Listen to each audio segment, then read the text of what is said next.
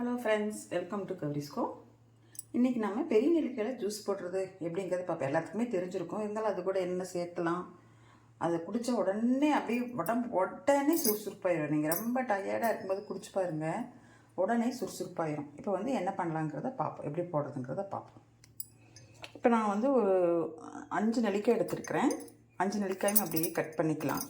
நான் இதை வாங்கி வச்சு 1 வாரத்துக்கு மேலே ஆகுதுங்க. இப்போ நான் வரலட்சுமி நோம்பி கும்பிட்டப்போ வாங்கினது. அதுக்கப்புறம் என்னால் ஜூஸே போட முடியல. பிள்ளைகளும் போட்டு கொடுங்கன்னு கேட்குறாங்க. என்னால் முடியல, ஏதோ ஒரு காரணம் தள்ளி போயிட்டே இருந்துச்சு. இன்றைக்கி சரி, துணியெல்லாம் துவைச்சிட்டு இருந்தேன்னா ஒரே டயர்ட் ஆகிப்போச்சு. சரி, இன்றைக்கி ஜூஸை போட்டலாம் அப்படின்னு சொல்லி ஜூஸ் போடுறதுக்கு எல்லாம் கட் பண்ணியாச்சு. இப்போ இந்த ஜூஸரில் நான் கட் பண்ண நெல்லிக்காயில் போட்டுக்கிறேன். நீங்கள் சாதா மிக்சியிலேயே போட்டுக்கலாம். ஜூஸர் இல்லைன்னா இல்லை இருந்ததுன்னா இதில் நீங்கள் போட்டுக்கோங்க.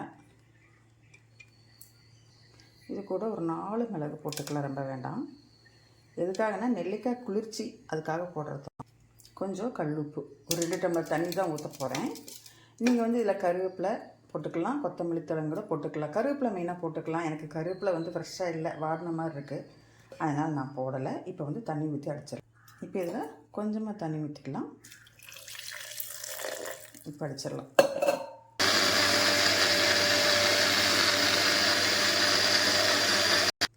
இப்போ நெல்லிக்காய் ஜூஸ் ரெடி ஆயிடுச்சு. நமக்கு தேவையான அளவு தண்ணி ஊற்றிக்கலாம்.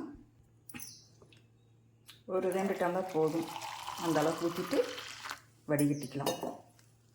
இப்போ இதில் ஊற்றி வடிகட்டுவோம்.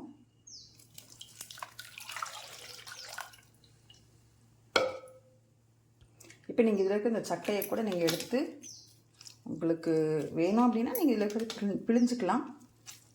அப்படி இல்லை இப்படி பண்ணி ப்ரெஸ் பண்ணி விட்டிங்கன்னா அது இருக்கிறத மொத்த சாரும் வந்துடும். சரியா? இப்போ ஜூஸ் ரெடி ஆகிடுச்சு. வாங்க நீங்களும் சாப்பிட்லாம் ஜூஸ், நெல்லிக்காய் ஜூஸ். இந்த வீடியோ பிடிச்சிருந்தால் எனக்கு ஒரு லைக் பண்ணுங்கள், ஷேர் பண்ணுங்கள், கமெண்ட் பண்ணுங்கள். கவரிஸ்கோ சேனலை சப்ஸ்கிரைப் பண்ணிவிட்டு பாருங்கள்.